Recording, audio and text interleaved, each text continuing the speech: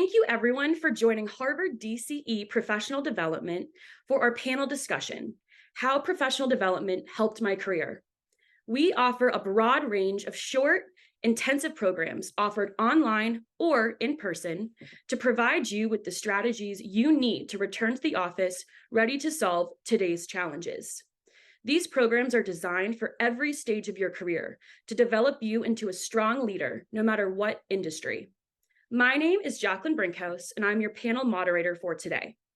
Today, we are joined by 3 participants from different industries and points in their careers, joining us to share their experiences in our programs and how they applied what they learned. Before we get started, I have a few housekeeping items for you to take note of. A recording of this webinar will be sent to the email you used to register. The recording will also be accessible on the event webpage and the Harvard DCE Professional Development YouTube channel. Please utilize the Q&A feature at the bottom of your screen to submit your questions to our panelists. Our team has compiled your pre-submitted questions, and we will elevate appropriate questions from the Q&A to our panelists.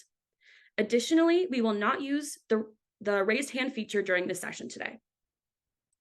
Now, I'd like to introduce our panelists. Today, we are joined by Michael Mao, Becky Shaw, and Michael Daly. Michael Mao, please tell us a bit more about your current role and which programs you've completed. Thank you, Jacqueline. Thank you for having me here today. So professionally, my background has been pretty diverse, been rooted in SaaS and finance over the past 15 years. So the 3 courses that I took, first one was advanced negotiation skills, which was a natural fit, of course, because in software sales, a lot of my focus is on the art of negotiation. And personally, I've always been fascinated by it. The second course I decided to dive into, which was kind of different and unusual for a software salesperson, is advanced design thinking. That course gave me the ability and tools to help my customers think more creatively about how to use our software to advance their business goals. It also helps me shape the brainstorming and helps me prioritize what I want to demonstrate to our customers and really maximize the iterative process to engage stakeholders and ultimately build trust. And then the third course I took was communication strategies, presenting with impact. I think communicating your message with poise, confidence, and conviction is essential whether you're in leadership or in any role in particular, like for myself in software sales. And so mastering your public speaking and presentation skills really helps you to inspire your audience as well as build trust and credibility.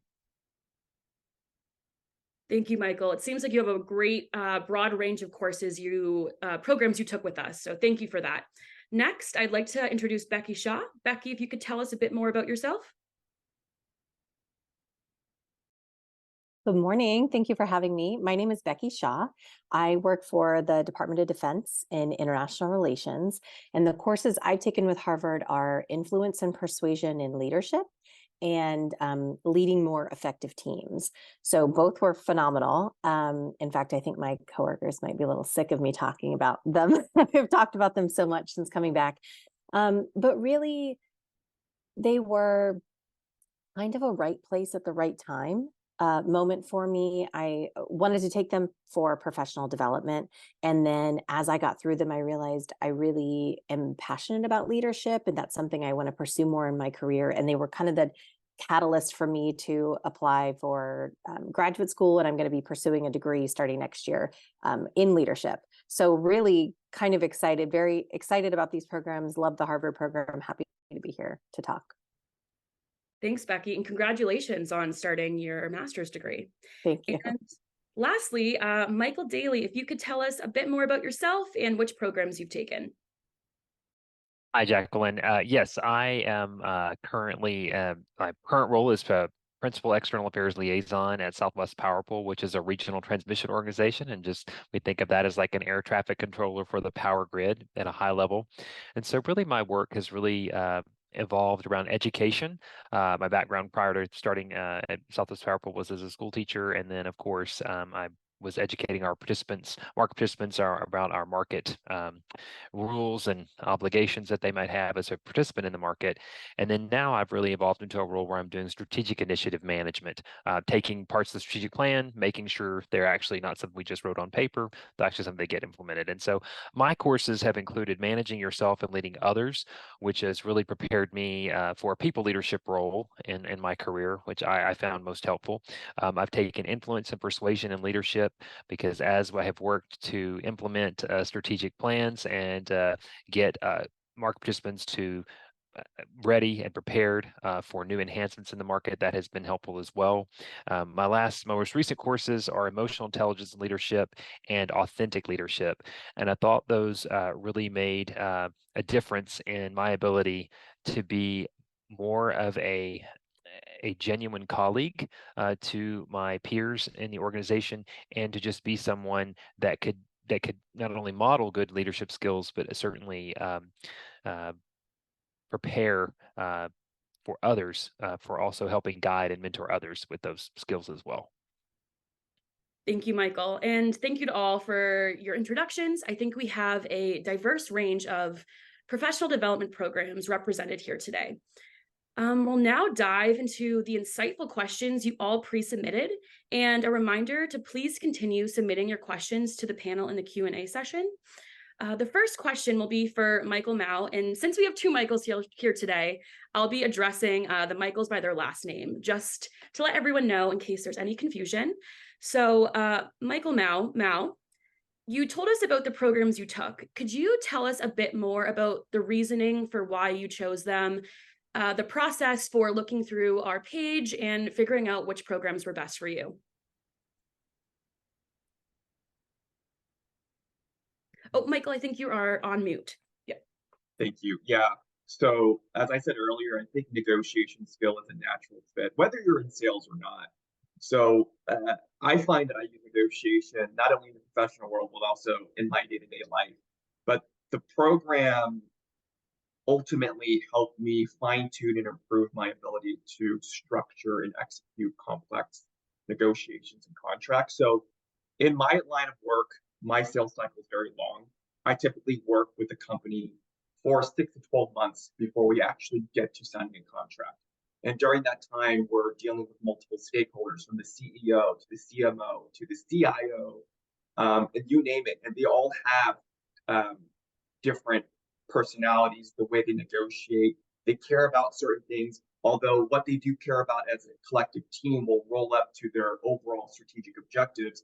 They all kind of have their own personal interests within the deal. So being able to negotiate and understand different personas, but also honing and fine-tuning your negotiation skills, it's super important, because at the end of the day, you know, when it comes to negotiation, it's not a win-lose-lose-win. It's a win-win situation, and how you continue to build that relationship. Because once they do sign the contract, let's say 12 months from now you have a customer and you want to keep them as a customer for life and be a strategic partner for them.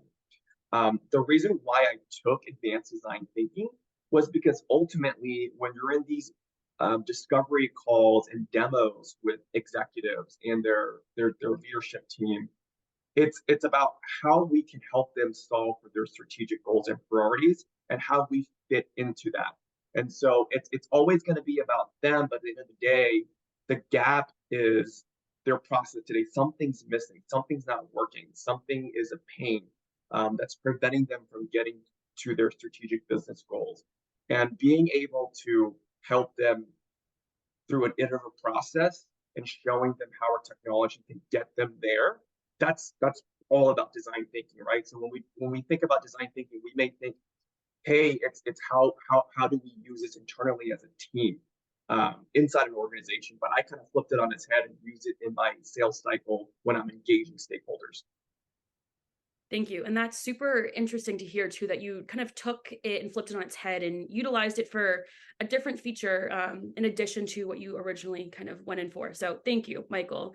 Other Michael, if you could tell us a bit more about maybe one of the programs you took and your reasoning for choosing that particular program. I think the authentic leadership course, the most recent course that I have taken, was really important to me because you really can't lead others unless you know yourself well and you understand uh, your own faults, your own strengths. And so I think that course was very helpful in helping analyze. One of the activities that we did was a timeline of our lives with peaks and valleys. And so one of the enjoyable features of that activity was to help understand, okay, every time you've been in a valley, there was something a catalyst that triggered the journey toward another peak.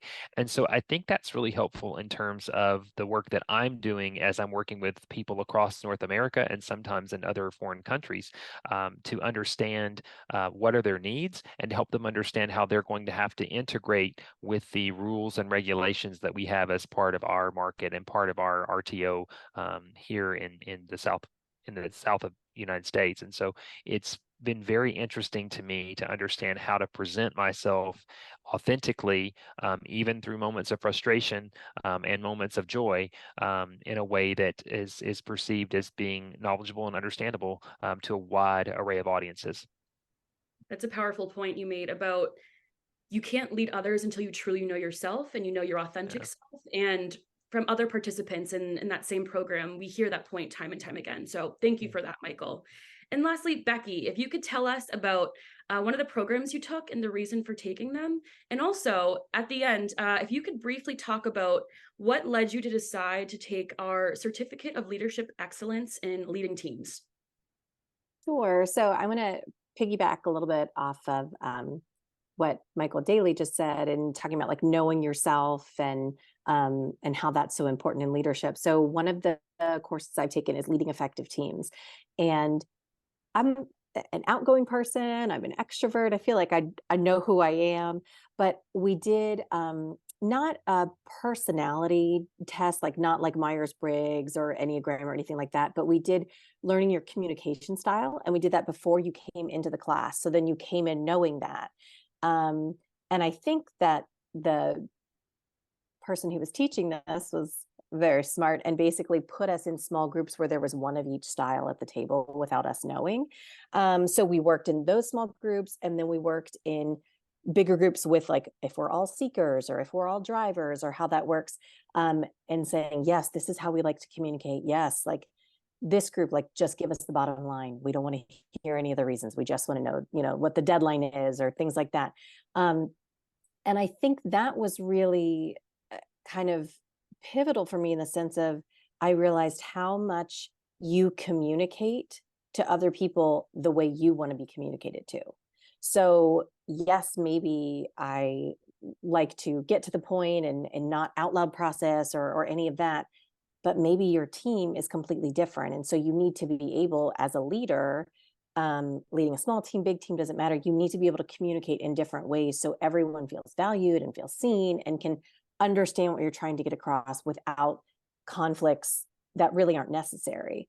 So that was really, really big for me in that class. I really enjoyed that. And then after I took influence and persuasion and leadership, I realized that I think someone had suggested it came through a colleague saying, oh, this looks interesting.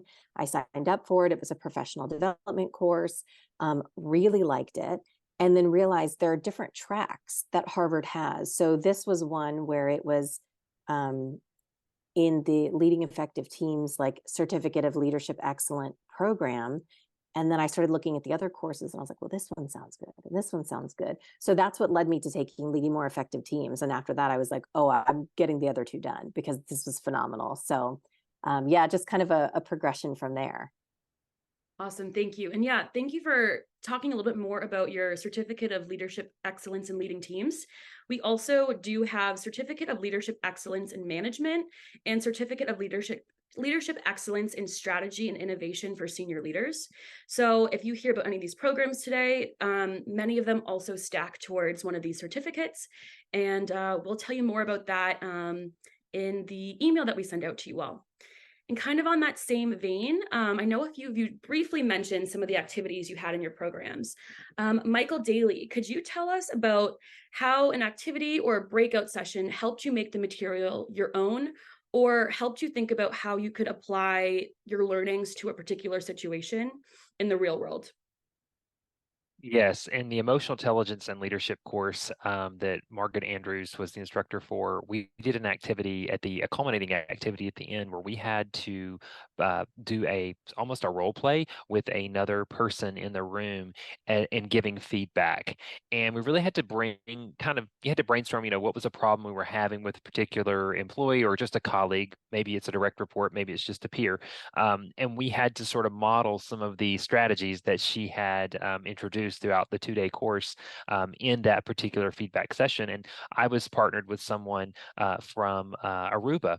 And in her instance, the thing that she was in a finance or banking profession, and she had several direct reports, and one direct report was very demanding of her time. And so we sort of role played a conversation that she could have with that direct report in a way to alleviate frustration and meet that employee's needs for the attention and feedback that person needed. So it was very valuable. And then, of course, we reciprocated, and she was able to give me some feedback as well on a situation I was dealing with. And so that real world application made you understand you could leave there and take that directly to the workplace and apply it. It wasn't just some theory, it was real world practice.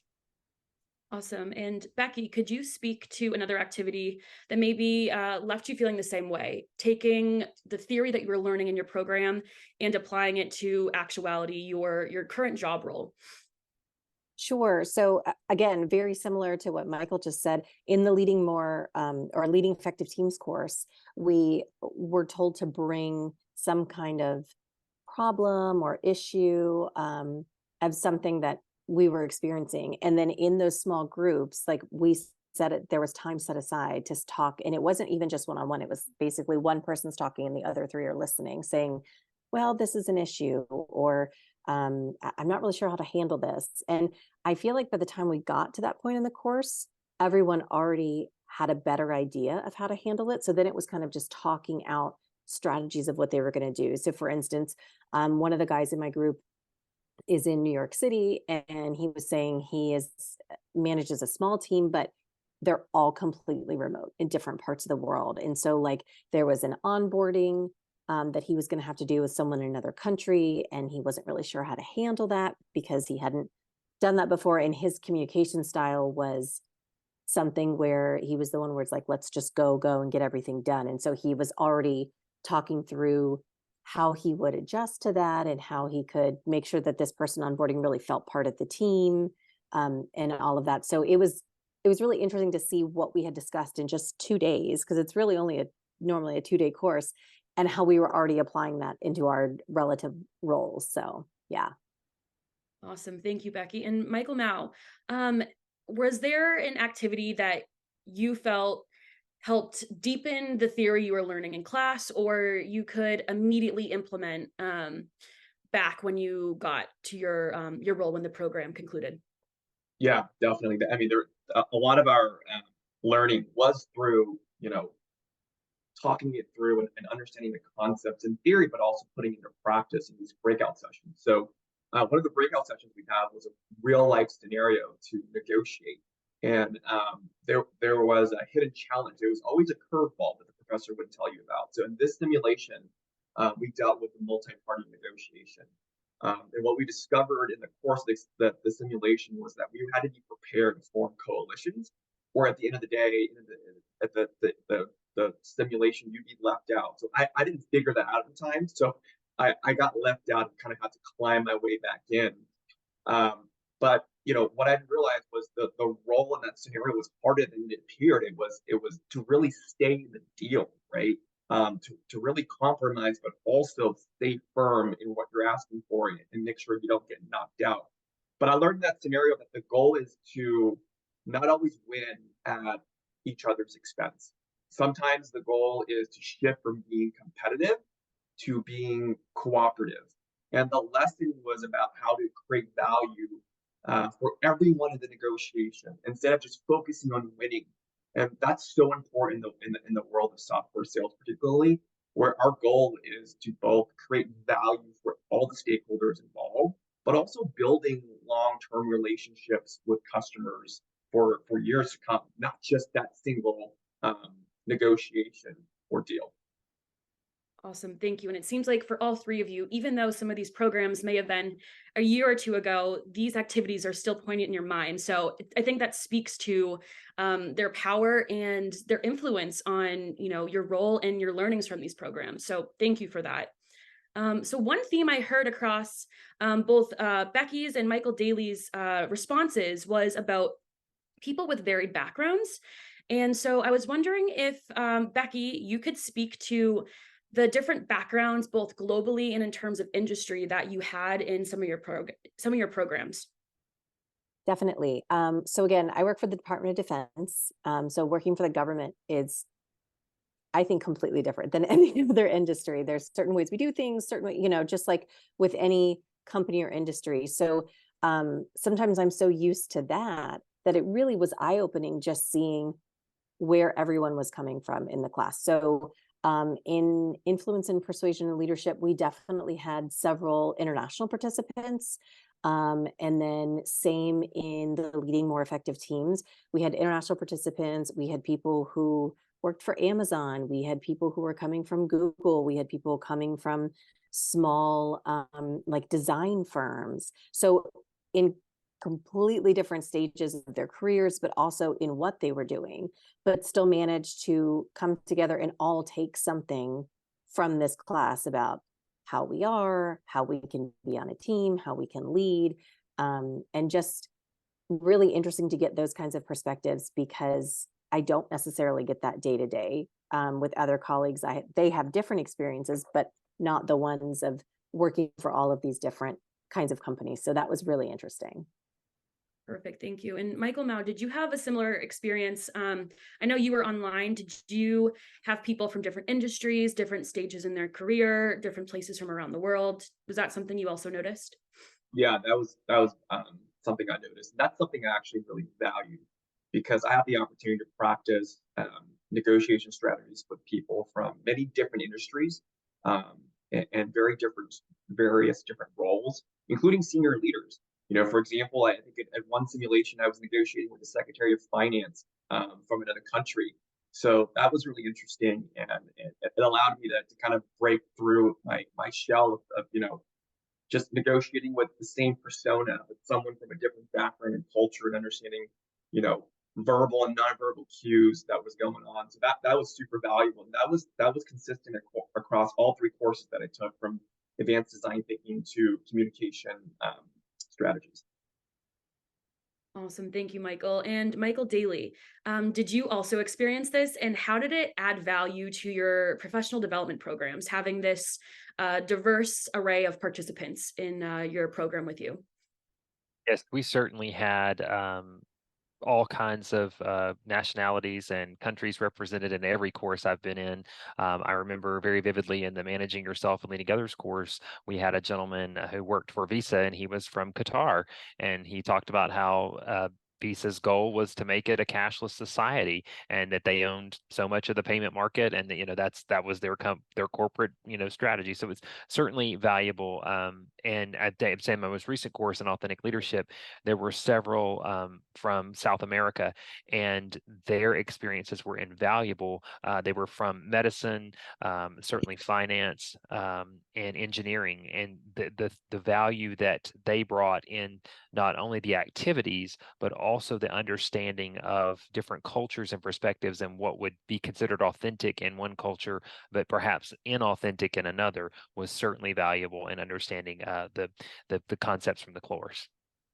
Fantastic. And yeah, one thing I'm hearing from all of you is this attention to cross-cultural sensitivity and learning methodology to kind of incorporate that into your thinking about, talking with people, communicating, negotiating, and also having the opportunity to role play and speak with people outside your industry, which you might not have the ability to do on the day-to-day basis.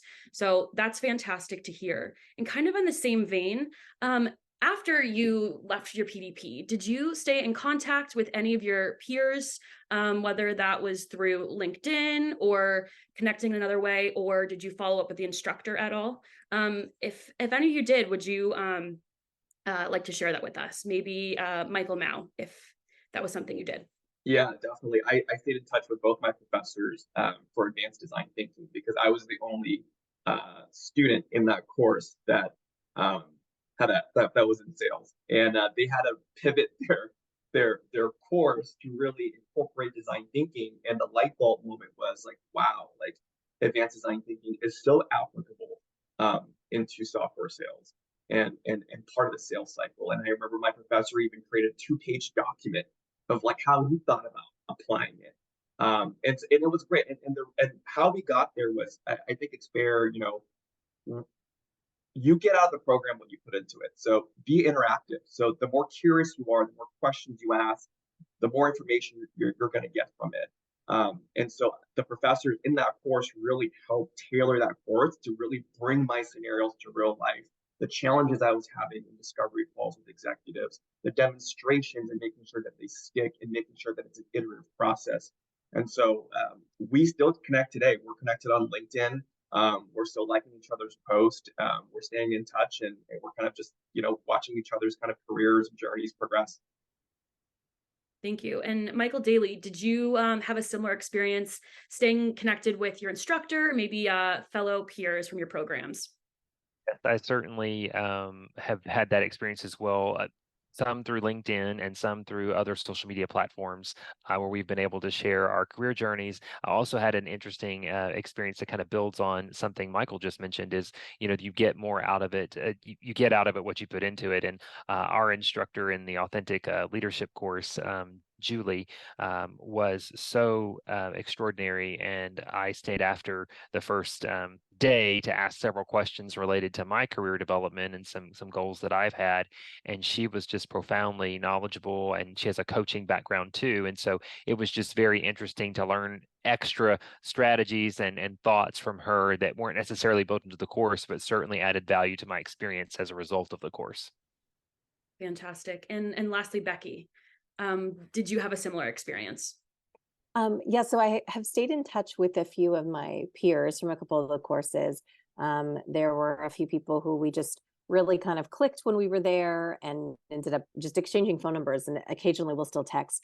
And then I do remember too talking to the professor after one of the courses and saying, I was saying, well, I'll take any course you take because this was fantastic. And then she jokingly said, well, I teach one about being an introvert. That might not be for you. So, but then she actually went on to say, I think it's like leading as an introvert is the course. And she actually said that people have taken it who are not introverts to learn how to manage others who are on their teams. And so like, even just that little nugget was just really interesting. So yeah.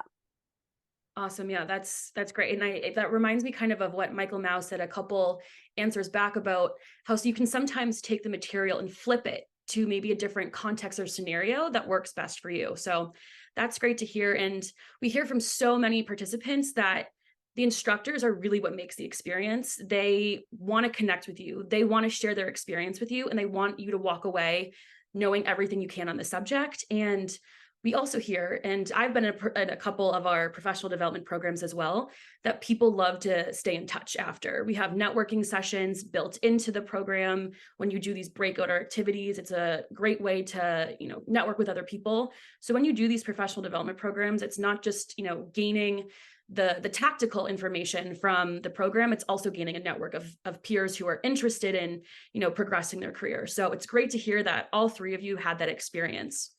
And Michael Mao in particular, I know that you mentioned you did all the courses you did, all the programs you did were online. Do you have any strategies that helped you make the online option the most effective for you? I know you said that it's all about you get out what you put in. How did you maximize your online experience with these programs? Yeah. So first off, um, my advice is if you're thinking about doing this professional development course, if you want to do it, just do it now.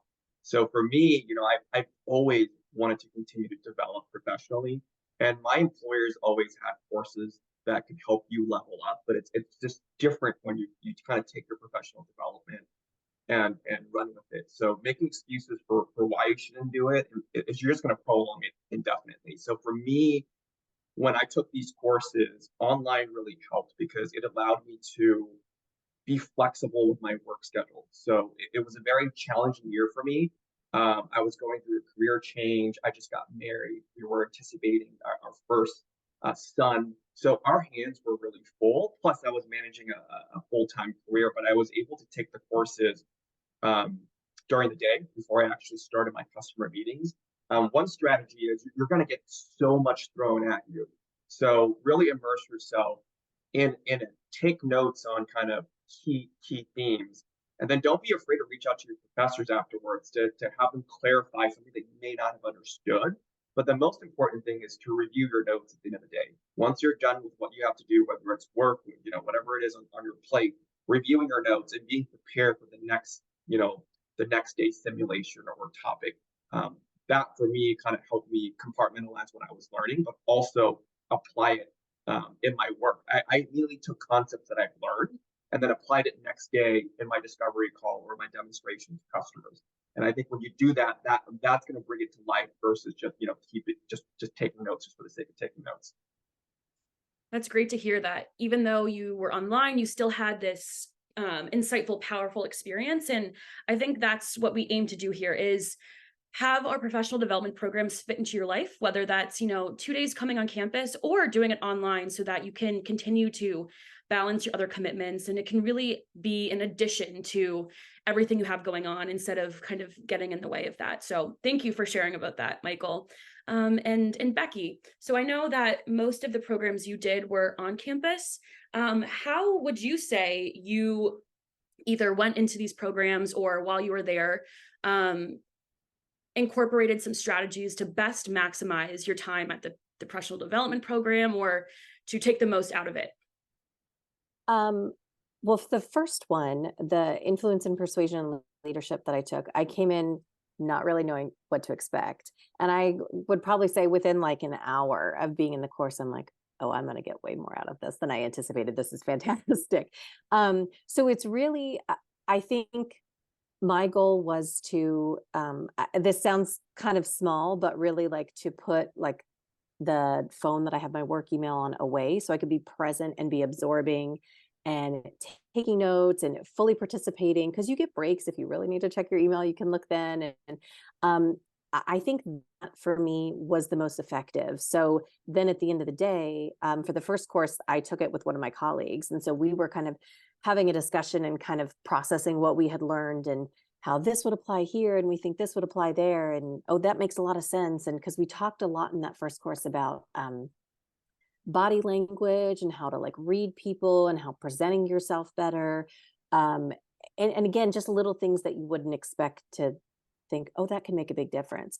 So I would say both times on campus, really just trying to be fully present and making sure that I didn't have a problem with this. I felt like as soon as people started talking about things, I was automatically thinking how that would apply at work and how this would be helpful, or like, oh, I could, approach it this way with a team member. So I think then just trying to think of ways that you can take that back with you to your career. Awesome. Thank you. And Michael Daly, you also did some programs on campus. How did you approach these professional development programs to best maximize the learnings you gathered from it and applying them to your role? To echo something Becky said, just to be fully present, to put away the phone, visit with people, communicate. I've been fortunate in the ones that the two most recent courses in emotional intelligence and authentic leadership. Those were people that were decidedly very in touch with their emotions and very much in the mindset of sort of the Brene Brown sort of mindset of having the right vocabulary to talk about your emotions and being very open about that. So I think that was one, just to be present and to be mindful of those experiences. I think another was to really extrapolate from the reading. So there was a lot of sometimes pre-activities and course readings that were so valuable and generated such discussion that continued even after the time they were discussed in the course, that offered so many takeaways that provided value. In the most recent course I took in authentic leadership, we were able to do a Clifton Strengths Finder assessment, which has been very insightful about it takes for 34 traits. And so very insightful about the different strengths that I have as a person that influence the way that I lead others. And so, and really that's mostly through project leadership, not necessarily having direct reports under me at this stage of my career. Thank you, Michael. And Becky, I know that you mentioned that you had another colleague with you at one of your programs. I was wondering if you could speak a bit more to the actual experience of being on Harvard's campus. If you attended the networking hour at the end, if you were here during non-COVID times, and how that elevated your experience in addition to time in the classroom. Sure. I thought it was fantastic. It was, I mean, you know the name Harvard, it's, Ivy League, it's known for all of these things. So it was very cool to be able to come to the campus and then just, oh yeah, I'm just at Harvard for a couple of days. I definitely did the networking session. It's at the end of the first day for both of the courses I did. And really that was just kind of going outside of the classroom. There's food there, and it just gives you more time to kind of get to know the people in your class and just chat about anything, right? You kind of, with anything in a new situation, it's maybe you start talking about the course, then it's like, oh wait, what do you do, and how are you doing this? And so that's really where some of those connections were made. So after the first course, Influence and Persuasion, after that first day, when the networking session was over, my colleague and I went to dinner with two of the people we had met that day and just like kept talking and talking and had a great conversation. And those are the people who I'm still in touch with to this day. And I thought that they laid out the courses very well. You know what the agenda is going to be when you're there. There's time built in for extra, discussions and breaks and all of this. So I thought being on campus was really interesting. I think one of the courses I'm looking at taking again is online. So it's great to hear Michael's experience about that as well. But would highly recommend coming to campus if you can. Fantastic. And Michael Daly, did you have a similar experience taking some of your programs on campus? I did. I had the experience of both before the pandemic and after the pandemic on campus, and certainly can allude to the fact that the networking was a key part of that. I actually ended up meeting someone in the course I took in emotional intelligence that actually is in a similar industry as me, and so it was great to meet a peer colleague that can understand some questions I'm having on this side of the business, whereas he's coming from a different side, and be able to navigate those learning experiences in our careers. Thank you. And switching gears a little bit, one of our participants today wanted to know if you have any strategies for how to ensure you take what you learned in the course and bring it back so you can apply it at the office. Michael Mao, I know that you said at the end of each day of your online program, you took some notes. Do you have any additional strategies you implemented to make sure you were taking what you were learning and both in short term and long term, bringing it back into your role? Yeah, I think that's a great question because you're getting so much content and new content too that's thrown at you that it might feel overwhelming, but it's important to also tell yourself, hey, I'm going to be very mindful and conscious about taking this particular topic or strategy and I'm going to apply it to this, task at hand at work. And so for me, for example, I had a big demonstration coming up for a deal that was pushing six figures. I'm sorry, seven figures. And so I took some of the strategies and what I've learned in those courses and I applied it into those slides and I brought it to life in the customer meeting because really, what do you have to lose if you don't try it, right? Then you're just gonna kind of be stuck in your own ways, doing the same thing over and over again. But really taking the concepts and not being afraid to apply it, but also, maybe practicing with your coworkers beforehand. Hey, here's what I've learned. What do you think about me doing X, Y, and Z in this next meeting or applying this concept or this strategy, right? Bounce it off your peers before you actually execute on it. And I think it's, that's the perfect way to learn because then it becomes immersed in your day-to-day work where you're actually applying these concepts just in practice versus just thinking about it in theory and not actually using it. Fantastic. I think those are some great active learning examples that all of our participants, whether they take our PDP or not, are some great tips to utilize. Michael Daly, did you utilize similar strategies or anything else you'd like to add to demonstrate how you took all the learnings from the course and made sure that they applied both in the short term and the long term? Yes, certainly. As a part of my employer, as part of our professional development experience, we are required to come back and do a presentation about what we have done and share some things. So that's part of a requirement of what we do. Now, where the added value to that has been is actually doing some of the case studies and talking through some of the same issues we brought up in the class, and how that using some of the pre-readings really from the course to connect the concepts from the class to my other teammates to help them understand, oh, okay, and to sort of bridge that experience and help it be enlightening for others, even if they weren't able to attend in person. Awesome. Thank you for that, Michael. And Becky, a slightly different question for you.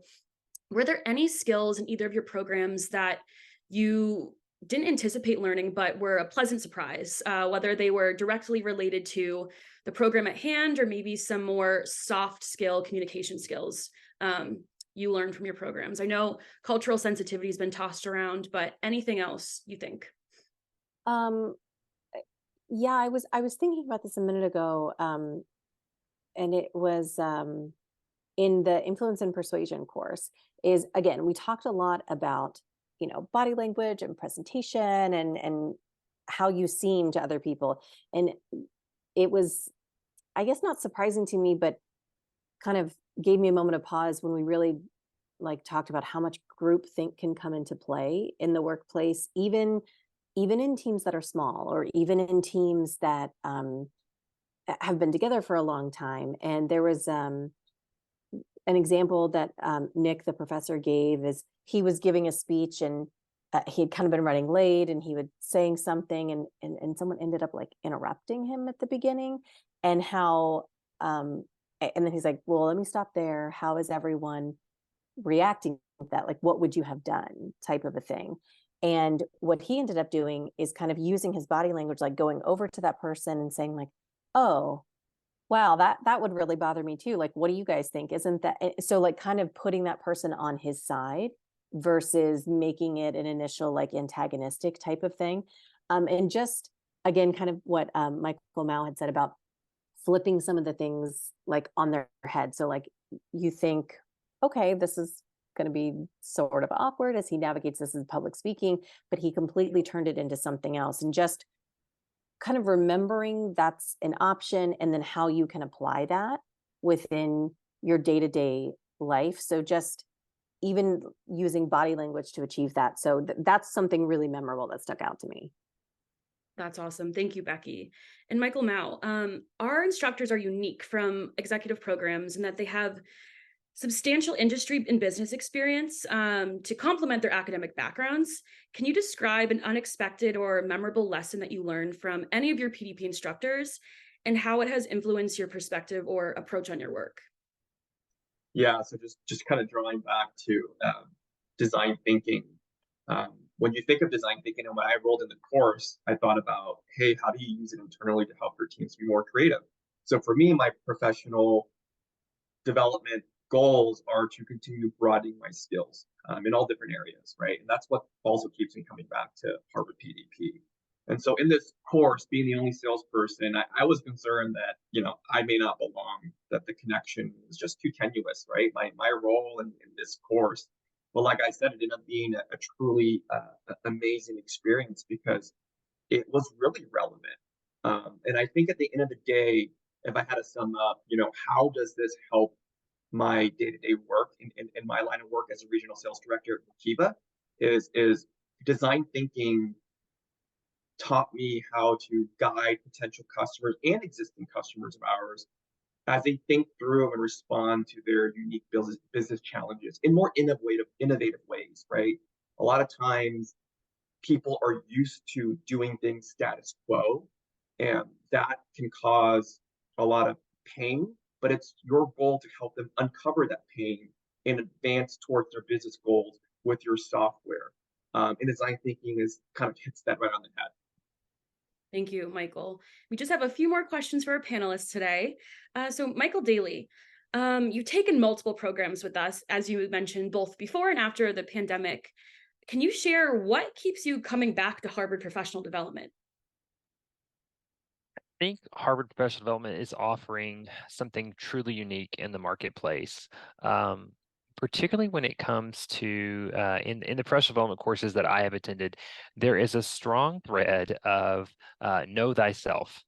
And I think that any true leader that's effective across an organization knows their strengths and their weaknesses, and they know how to get to the support that they need. Whether that is mentorship, whether that is coaching, whatever it may be.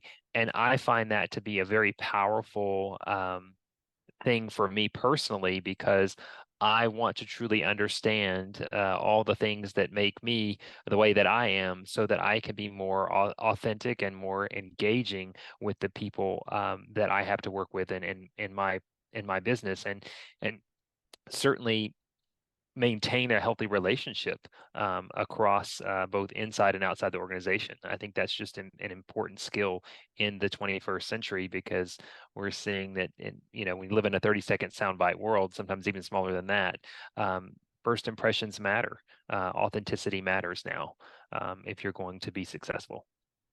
It's a great point that I've never thought of before, that across all of our programs, which vary in their topic matter, I think knowing yourself at your core is essential to all of them. So that's a fantastic point, Michael. And other Michael, what keeps you coming back to our Harvard Professional Development programs? My desire to continue broadening my skill set. And it's interesting because hearing Michael Daly and Becky speak about the courses they have taken, I'm on here just looking like, oh, I want to take this next, right? So my long-term goal is eventually move into transition to leadership, being a leader of leaders, right? And so there's courses that are about emotional intelligence, authentic leadership. Um, there's one that's essential management skills for emerging leaders. The list goes on. And for me, the favorite thing is being able to pick these courses that are relevant to where I am in my career. And so it's kind of like a buffet, right? I get to eat what I want to eat that's most relevant to me right now, and focus on the skills and areas that I want to hone right now, because this is where I am in my career journey. And I think all the courses I've taken so far, I've taken courses at other programs before, these courses are really relevant. And it's never disappointed me. So that's what's keeping me coming back. And also, I'm raving about these courses to my wife, who's also in leadership. And she's planning to take some courses herself. So yeah, continue to broaden my skill set, and finding that it's been super relevant in my career journey. Awesome. I love that analogy of a buffet, and that you're coming back again. So great to hear that. And finally, Becky, what keeps you coming back to Harvard Professional Development? So I would 100% agree with what both Michaels have said. And I also like the analogy of the buffet, coming back for seconds and thirds. But really, I've taken something different from each of the courses that I've finished so far. So I know that no matter what course I take next, I'm going to gain something else out of it. I feel like already the courses have helped me slow down a little bit and think about how I'm presenting information, who I'm presenting it to, how to best communicate all of that information, which is only going to help, even whether it's like speeding up a meeting because I'm more clear on something, or whether it's just helping a long-term strategic goal. So I think that they've made me more mindful. I feel like they've made me a better listener. Still working on that a little bit, but in general, I'm going to get something different out of each one. So I will absolutely continue to come back and take them. Well, it's superb to hear from all of you that it's had such an immense impact, and you're anticipating coming back for more. We love to hear that. So our last question for the panel today is, would you recommend a Harvard Professional Development program to someone considering it, and why would you recommend? So Michael, now I will start with you. That's a tough question. Emphatically, yes. Because, like I said, depending on the organization you're at, or depending on where you're at in your career journey, your companies may be offering courses in-house. For example, mine does, but the type of education, interaction um, that you get out of these courses at Harvard PDB, it's different. It's like night and day, right? And I think it can really augment or supplement what you're currently doing right now. And not only that, the course catalog is pretty broad. So like I said earlier, having the courses be really relevant to where you are in your journey today, you can browse through the courses and depending on where you're at, there's got a guarantee there's going to be a course that's going to be relevant, that's going to help you level up, give you the confidence, give you the opportunity to hone in on your skills. Awesome. Thank you for that. And Becky, is there anything you'd like to say to someone considering a Harvard professional development program? Just do it. Honestly, you're I have not regretted any of it. It's been an incredible experience. Again, you're going to take more out of it, probably in different ways than you expect. And like someone said earlier, you get out what you put in. So go, whether it's online or in person, just be present, absorb the information. And I think that they're fantastic. Thank you, Becky. And lastly, Michael Daly, anything you'd like to add to the discussion about why Harvard professional development? Doesn't matter where you are in your career, the journey of self-discovery is a lifelong pursuit. And these courses help you understand who you are at a deeper level and how you can be a better coworker, a better person, no matter if you're desiring people leadership or content leadership. I mean, it doesn't really matter what your career goal will be. You'll find something that fits you and that serves you well for life, not just for a career. I couldn't have said it better myself, Michael. Thank you. Well, thank you again to Michael, and Becky for your insights, and thank you to you all for your thoughtful questions. I'm going to share some information now. So thank you all again so much for joining us today. If you have any questions or would like help finding the right program for you, as we mentioned, we have a broad list of offerings. Please email us at pdp@dce.harvard.edu or call us at 617-998-8500. Make sure to also follow us on social media channels using the QR code on your screen. We offer some great tips on there, some participant testimonials, upcoming events, so definitely give us a follow. And stay tuned for the webinar recording in your email or on the Harvard Professional Development YouTube channel. Thank you all again so much for coming today and for hearing from our participants what makes Harvard Professional Development so special. And we hope to see you in one of our programs soon.